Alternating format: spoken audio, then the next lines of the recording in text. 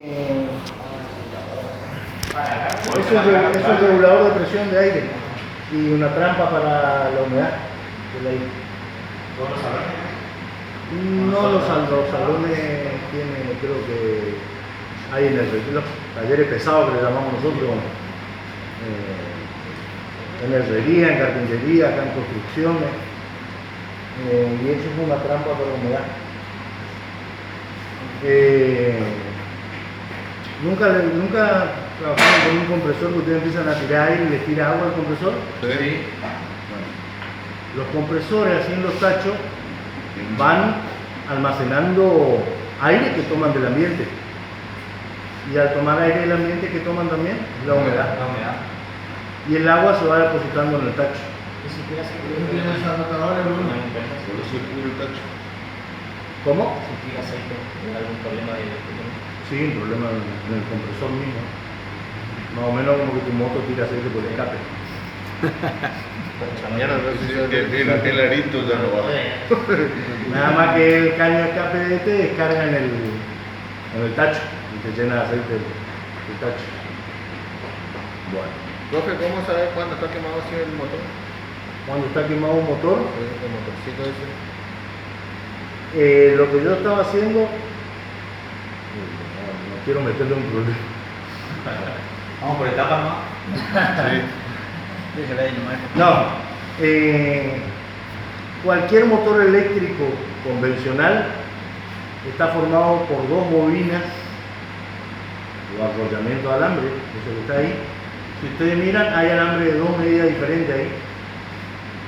Son dos bobinas diferentes. Eso se llama una bobina de arranque y una bobina de trabajo. Que a su vez, conectadas por un punto en común, forman una bobina mucho más grande. ¿Está?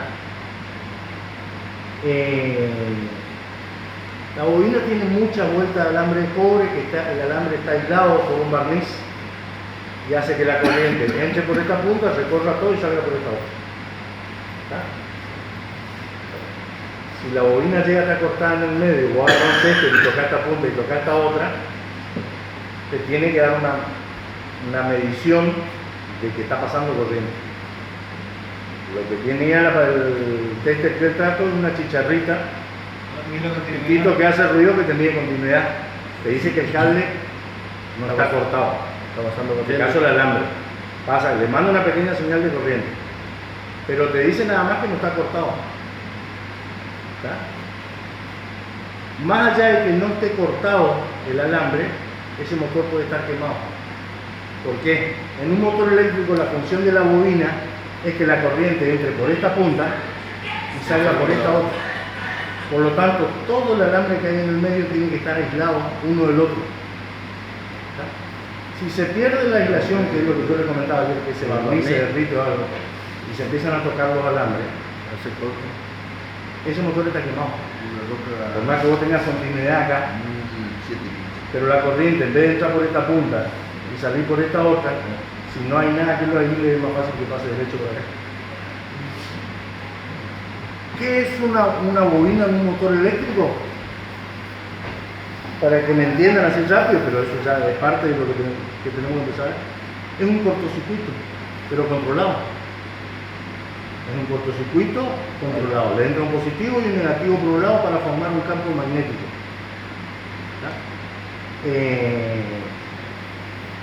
Nunca escucharon que si ustedes hacen un arrollamiento de alambre sobre una varilla de hierro, le ponen una pila o le dan corriente eléctrica, podés imantar el hierro. ¿Por qué? Porque se forma un campo magnético y por supuesto no es que le pones dos vueltas al alambre porque te va a explotar todo, no vale a hacerlo como dicen en el televisor, no vale a hacer en su casa. Eso tiene que estar calculado, no es nomás agarrar y arrollar algo. No se puede poner derecha de enchufe entonces. ¿Qué pegar? Traten de no hacerlo.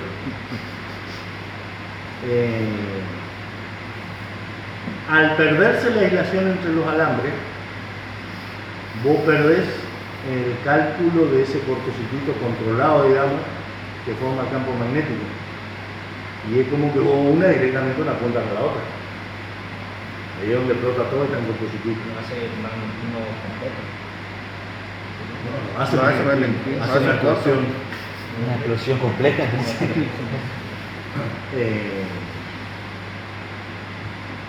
El funcionamiento de un motor eléctrico se basa en el campo magnético, en producir un campo magnético y en el famoso efecto ese que jugamos cuando éramos chiquitos con los imanes. Uno que usted lo pone de un lado y se separa y lo pone del otro lado. Se fundan. Los polos iguales se repelen. Se repelen.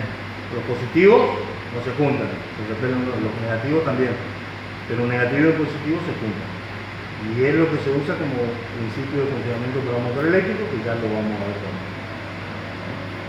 O sea que es un cortocircuito controlado porque viene una- Para que me entiendan así rápido, por ahora es un cortocircuito pero controlado. Está hecho el cálculo para que no se produzca una explosión ahí. ¿Está? La soldadora eléctrica es un cortocircuito controlado. ¿No? La chispa que está haciendo es un cortocircuito controlado, calculado para que no haga explotar todo y derrita el material. Sí, lo derrita uno. Nos llevaron de una punta a la otra, el sitio de circulación. Ah, herrería, ¿no?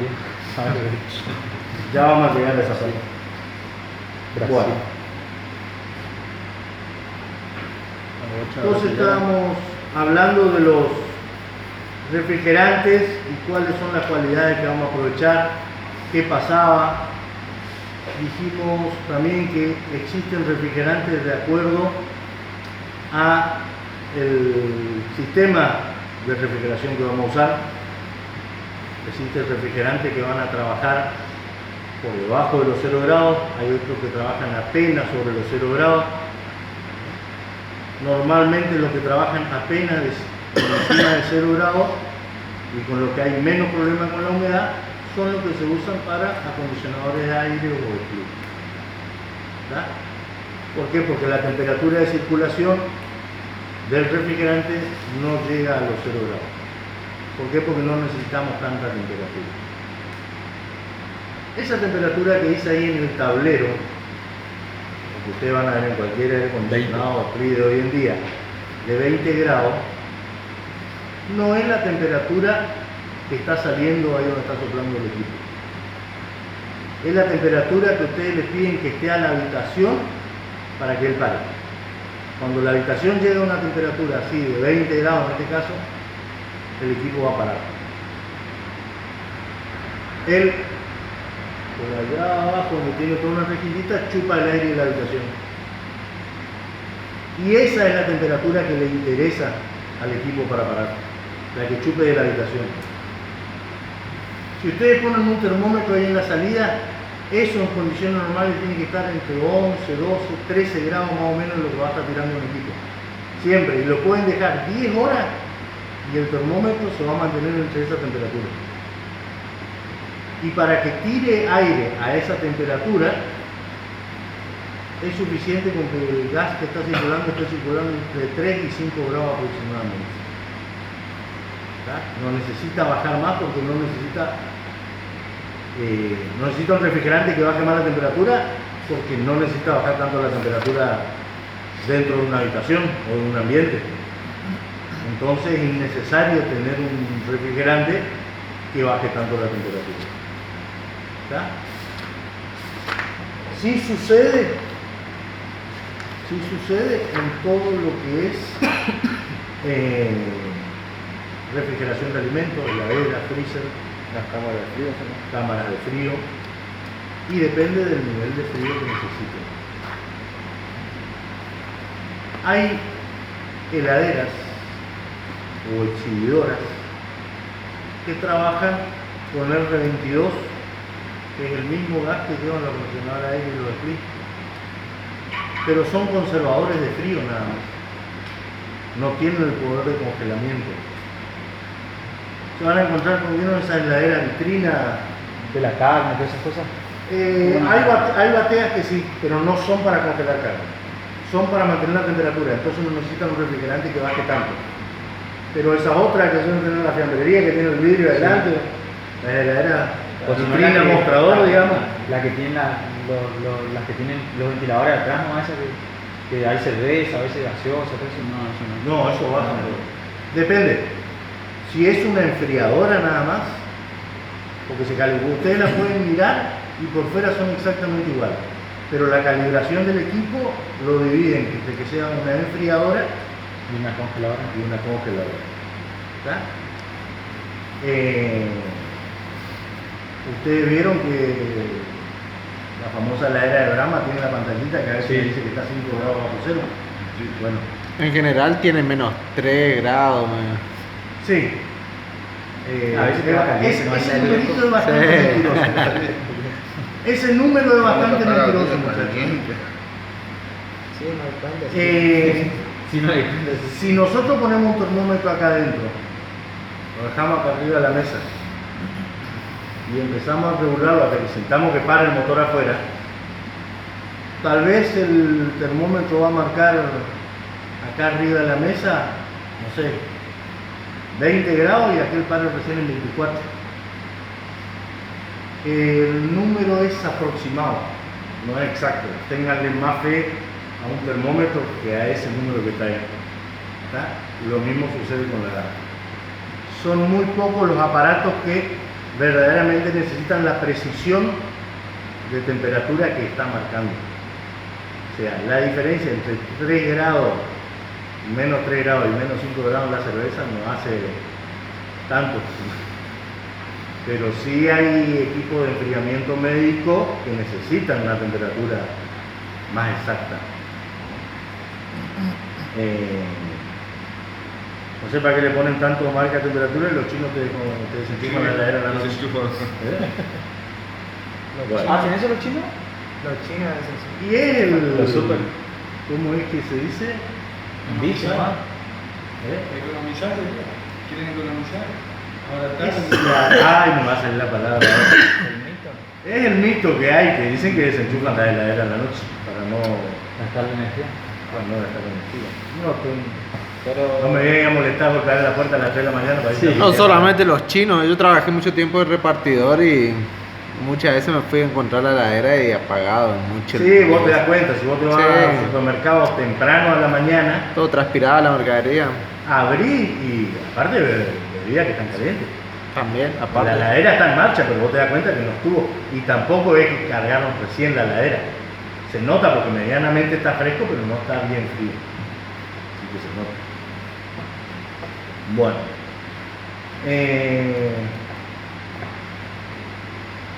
¿Y por qué yo les insistía tanto? Y muchos cuando me vinieron a preguntar, yo les dije que iban a tener que tener una carpeta porque había valores que había que manejar. Y que a veces es difícil recordar los valores con las presiones que trabaja, porque hace un ratito dijimos que cada refrigerante trabaja con su presión diferente y a una temperatura diferente, se gasifica o se licúa a una temperatura o a una presión diferente a otro. Hay refrigerantes que son comunes y lo van a usar mucho y con el tiempo se le va a quedar grabado en la cabeza con qué valor trabaja. Y hay refrigerantes que por ahí le va a aparecer uno en 1.000.000, que no existen, y va a ser difícil acordarse con qué presión trabajaba. Cuando uno está manejando en acondicionadores de aire domésticos, estos así, los que puedan tener en la casa, acondicionadores de aire split, hay fundamentalmente 90% son de dos gases diferentes. O R22, que es el gas viejo que yo le había hablado, que ya se dejaron de fabricar equipo, o el R410, que es el nuevo gas ecológico con el que vienen hoy en día. Pero si nos vamos a la parte de heladeras, de freezer, de cámara de frío, y en el mercado en este momento tiene que estar viendo como 5 o 6 refrigerantes diferentes, de los cuales 2 o 3 puede ser de ellos son más comunes que se encuentran. ¿Está? Los otros muy pero muy raros. Un amigo mío en la casa de la novia le pincharon el congelador a la heladera, se fue a querer reparar y se encontró con que la heladera lleva cargado R600. La R de refrigerante. R600 es el gas que están ocupando los países del primer mundo y que más luchan contra la contaminación. ¿Es el que es explosivo también? Que es explosivo. Estamos Es en China, explosivo. en Tokio, En Japón más que Japón es el primero que empezó a usarlo. ¿Qué heladera es? ¿Eh? ¿Qué heladera es?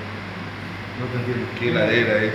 La verdad que no me acuerdo la marca. Es La una verdad, cara, una grande. la verdad que no me acuerdo la marca. Una Whirlpool. Está para regalar una suerte que se prenda fuego. ¿Cómo hace hoy? La verdad que no me acuerdo. Le voy a preguntar porque la verdad que no me acuerdo. Es con R600. Él reparó el congelador, pero se necesitan herramientas especiales y manómetros especiales para trabajar con ese gas.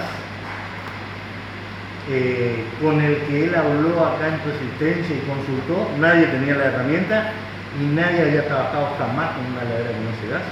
¿Y cómo sabe que el gas es distinto? ¿En la bocha que te dice, profe? ¿En el prospecto te dice? ¿En el prospecto te dice? Dice el... Si no te dice en la etiqueta que trae la heladera, vos con las características del compresor, en este caso tiene una chapita, los nuevos traen una etiqueta, Sí. con las características y en un manual que tienen en las casas de repuesto, podés saber qué tipo de compresor es, de qué tamaño y qué gas lleva. ¿Y el gas se consigue acá? No sé. Es tan raro que yo tengo un amigo, otro colega en realidad, que él tiene una empresa bastante grande de recuperación, bastante grande, hace trabajos muy grandes, él se dedica únicamente a eso, y cuando yo le hablé del R600 no sabía lo que era. Cuando fue un tipo que hace tanto... Claro, abajo. Imagínense que este hombre mantiene todos los sistemas de frío de la Quilmes, Acá En ya en la corriente. Ah, en la corriente. donde se produce la cerveza. Ahí se produce, sí. ¿Tá? Mantiene todo lo que es equipamiento de frío de Telecom personal, Misiones, Corrientes, Chaco, Santiago del Estero. Con pinche, ¿no? Formosa. También. Buen culo tiene. Vive de creo que de esas dos empresas nada más y Sí, vive sí. como millonario. No hay por ahí más, mira. Bueno, vamos a mandar el currículum ahora a fin de año. Y con todo eso el trabajo que él hace, es ingeniero y todo, no sabía ni lo que era el R600. No sabía. ¿Quién es eso? Me dijo cuando le dije. Y eso, mira hombre. Voy a anotar.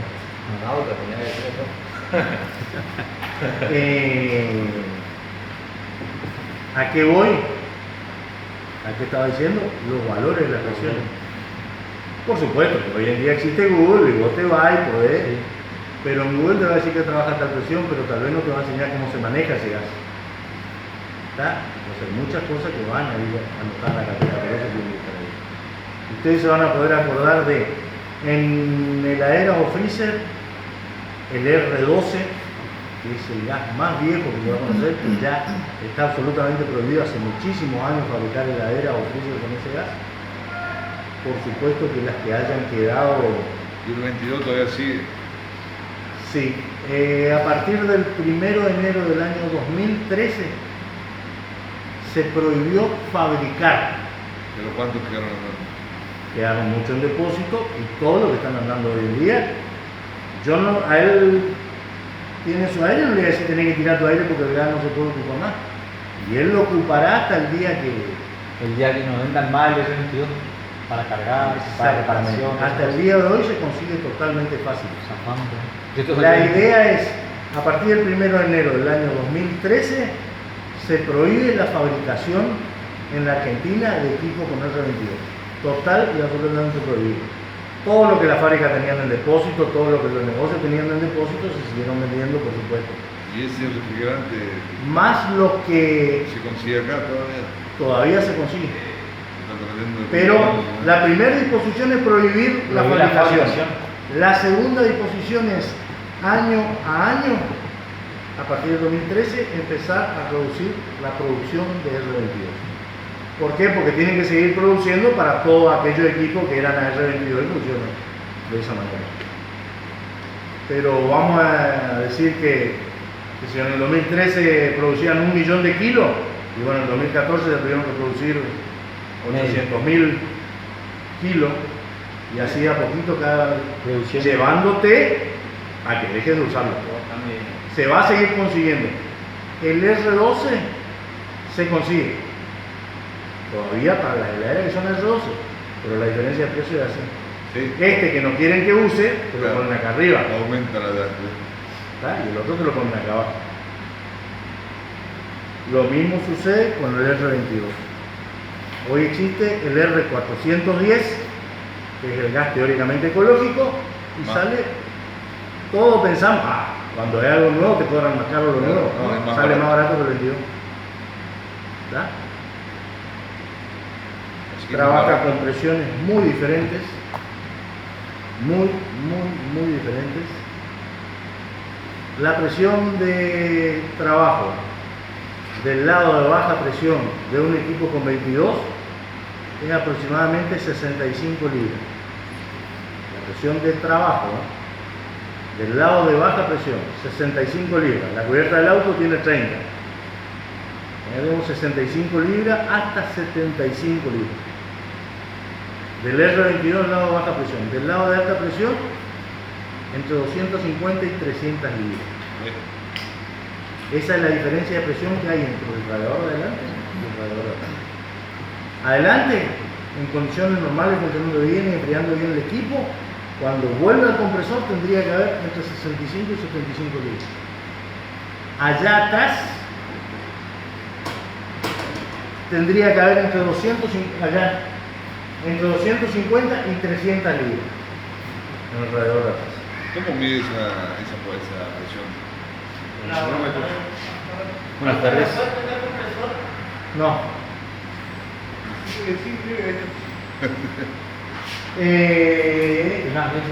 Verá que voy a hablar con tu El más Dígale que lleve. El más Yo no, Pablo, no puedo. Tengo una